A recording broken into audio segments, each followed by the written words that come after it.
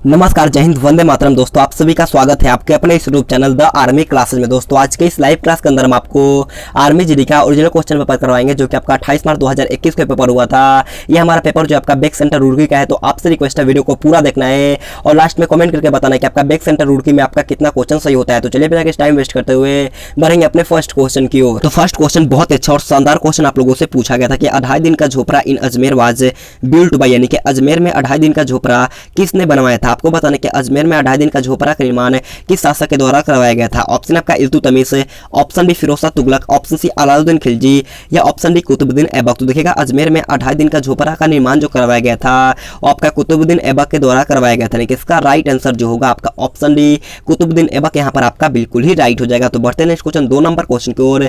2 number question आप लोगों से पूछा गया था कि which country is known as the land of the midnight sun, यानी कि मध्यरात्रि के सूरज का देश किसे कहा जाता है। आपको बताना है कि मध्यरात्रि के सूरज का देश किसे कहा जाता है। ऑप्शन का Belgium, option B Japan, option C चीन या ऑप्शन डी नॉर्वे। तो देखिएगा मध्यरात्रि के सूरज का देश जो कहा जाता है वो आपका नॉर्वे को कहा जाता है। यानी कि इसका राइट आंसर जो होगा आपका ऑप्शन डी नॉर्वे यहाँ पर आपका बिल्कुल ही राइट हो जाएगा। अगर आप लोगों से क्वेश्चन इस प्रकार से पूछ लिया जाता है कि उगते सूर्य का देश किसे कहा जाता है, तो उगते सूर्य का देश जो कहा जाता है वो आपका जापान को कहा जाता है। इसे भी आपको ध्यान में रखना है। तो बढ़ते हैं नेक्स्ट क्वेश्चन 3 नंबर क्वेश्चन की ओर।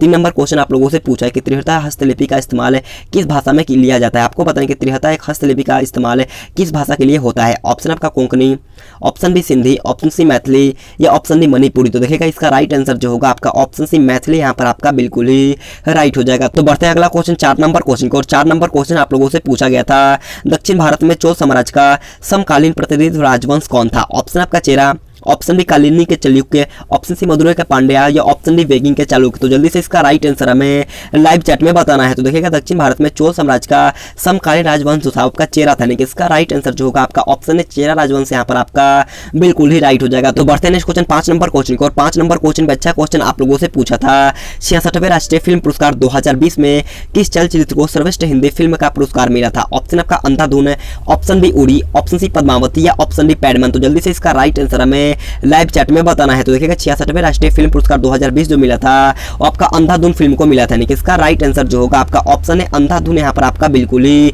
राइट हो जाएगा। तो बढ़ते हैं अगला क्वेश्चन 6 नंबर क्वेश्चन को। और 6 नंबर क्वेश्चन आप लोगों से पूछा गया था द रेंज ऑफ अग्नि 6 मिसाइल, यानी कि अग्नि 6 मिसाइल का अनुमानित रेंज लगभग कितना है। ऑप्शन 4 आपके सामने दिया गया है। तो जल्दी से इसका राइट आंसर हमें लाइव चैट में बताना और वीडियो को पूरा देखना और लास्ट में कॉमेंट करके बताना है कि आपका इस ओरिजिनल पेपर का टेस्ट में कितना क्वेश्चन सही होता है। तो देखिएगा अग्नि 6 मिसाइल का अनुमानित रेंज जो होता है आपका 11,000 से लेकर के 12,000 लगभग होता है। इसका राइट आंसर जो होगा वो आपका ऑप्शन है बिल्कुल ही राइट हो जाएगा। तो बढ़ते हैं अगला क्वेश्चन 7 नंबर क्वेश्चन को। और 7 नंबर क्वेश्चन आप लोगों से पूछा गया था मैकाल के पहाड़ियों में अमरकंटक पठार किस नदी का उद्गम स्थान है। आपको बताना कि मैकाल के पहाड़ियों में अमरकंटक पठार किस नदी का उद्गम स्थान है। ऑप्शन आपका चंबल है, option B Narmada, option C Gandak या ऑप्शन डी घग्गर। तो देखिएगा इसका राइट आंसर जो होगा आपका ऑप्शन बी नर्मदा यहाँ पर आपका बिल्कुल ही राइट हो जाएगा। तो बढ़ते हैं अगला क्वेश्चन 8 नंबर क्वेश्चन को। और 8 नंबर क्वेश्चन आप लोगों से पूछा गया था निम्नलिखित में से किस क्षेत्र में मलबारी प्रणाली राजस्व समझौता हुआ था। आपको बताना कि इन चारों ऑप्शन में से किस क्षेत्र में मलबारी प्रणाली राजस्व समझौता हुआ था। ऑप्शन आपका बंगाल है, option B Madras, option C उत्तरी पश्चिमी प्रांत है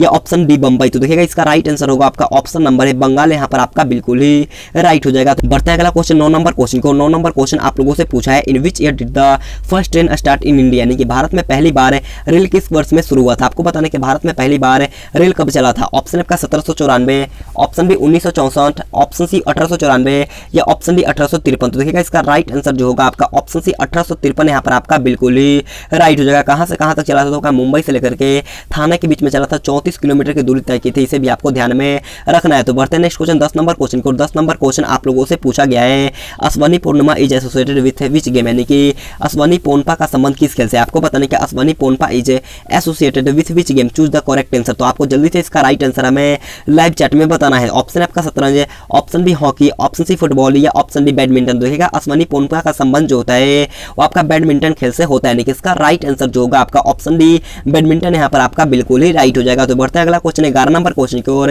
11 नंबर क्वेश्चन आपसे पूछे कि which continent is the Atacama desert located, यानी कि किस महाद्वीप में अटकामा मरुस्थल स्थित है। आपको बताना है कि कौन से महाद्वीप में अटकामा मरुस्थल स्थित है। ऑप्शन आपका Africa, option B Europe, option C Asia या ऑप्शन डी दक्षिण अमेरिका। तो देखिएगा अटकामा मरुस्थल जो होता है वो आपका दक्षिण अमेरिका में स्थित है। यानी कि इसका राइट आंसर जो होगा आपका ऑप्शन डी दक्षिण अमेरिका यहाँ पर आपका बिल्कुल ही राइट हो जाएगा। तो बढ़ते हैं नेक्स्ट क्वेश्चन 12 नंबर क्वेश्चन को। और 12 नंबर क्वेश्चन आपसे पूछा गया था Santosh trophy and Subroto cup are associated with, यानी कि संतोष ट्रॉफी और सुब्रतो कप का संबंध किससे होता है। आपको बताने कि संतोष ट्रॉफी और सुब्रतो कप का संबंध किस खेल से होता है। ऑप्शन आपका क्रिकेट है, ऑप्शन बी फुटबॉल है, ऑप्शन सी हॉकी या ऑप्शन डी बास्केटबॉल। तो देखिएगा संतोष ट्रॉफी और सुब्रतो कप का संबंध जो होता है आपका फुटबॉल खेल से होता है, यानी कि इसका राइट आंसर जो होगा आपका ऑप्शन बी बिल्कुल ही राइट हो जाएगा। अगर आप लोगों से क्वेश्चन पूछता कि रणजी ट्रॉफी का संबंध किस खेल से होता है, तो रणजी ट्रॉफी का संबंध जो होता है आपका क्रिकेट खेल से होता है, इसे भी आपको ध्यान में रखना है। तो बढ़ते हैं अगला क्वेश्चन 13 नंबर क्वेश्चन को। 13 नंबर क्वेश्चन बोलने से पहले मैं आपसे एक रिक्वेस्ट करना चाहूंगा, अगर आपने अभी तक वीडियो को लाइक नहीं किया तो जाकर के जल्दी से एक लाइक करना है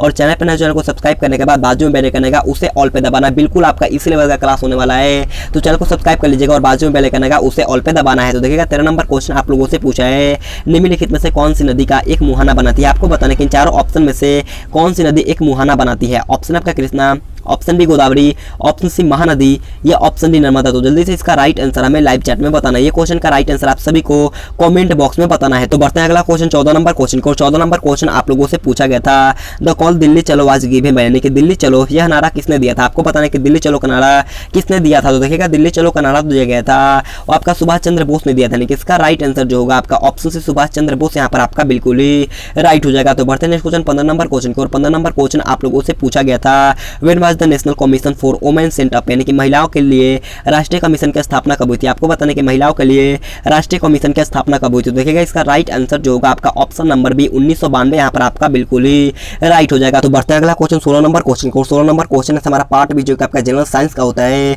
तो देखिएगा 16 नंबर क्वेश्चन आप लोगों से पूछा गया था कि the green house effected is mainly due to the increase in atmosphere, यानी कि ग्रीन हाउस प्रभाव मुख्य रूप से वायुमंडल में वृद्धि की वजह से। आपको बताना है कि ग्रीन हाउस प्रभाव जो होता है वो मुख्य रूप से कौन सी गैस की वृद्धि से होता है। तो देखिएगा इसका राइट आंसर जो होगा आपका ऑप्शन बी कार्बन डाइऑक्साइड यहाँ पर आपका बिल्कुल ही राइट हो जाएगा। तो बढ़ते हैं अगला क्वेश्चन 17 नंबर क्वेश्चन को। 17 नंबर क्वेश्चन आप लोगों से पूछा गया था डॉक्टाइलोग्राफी में किसका अध्ययन किया जाता है। आपको बताना है कि डॉक्टाइलोग्राफी में किसका अध्ययन किया जाता है। तो देखिएगा डॉक्टाइलोग्राफी में जो हम लोग अध्ययन करते हैं वो आपका फिंगरप्रिंट का अध्ययन करते हैं, यानी कि इसका राइट आंसर जो होगा आपका ऑप्शन है फिंगरप्रिंट यहाँ पर आपका बिल्कुल ही राइट हो जाएगा। तो बढ़ते हैं नेक्स्ट क्वेश्चन 18 नंबर क्वेश्चन को। 18 नंबर क्वेश्चन आप लोगों से पूछा गया था, बहुत ईजी क्वेश्चन आपसे पूछा था कि पत्तियों में मौजूद हरे रंग का वर्णों को क्या कहा जाता है। आपको बताना कि पत्तियों में मौजूद हरे रंग के वर्णों को क्या कहा जाता है। तो देखिएगा इसका राइट आंसर जो होगा आपका ऑप्शन बी क्लोरोफिल यहाँ पर आपका बिल्कुल ही राइट हो जाएगा। तो बढ़ते हैं नेक्स्ट क्वेश्चन 19 नंबर क्वेश्चन को। 19 नंबर क्वेश्चन आप लोगों से पूछा गया था the hardest form of carbon is, यानी कि कार्बन का सबसे कठोर रूप। आपको बताना है कि कार्बन का सबसे कठोर रूप कौन है। तो देखिएगा कार्बन का सबसे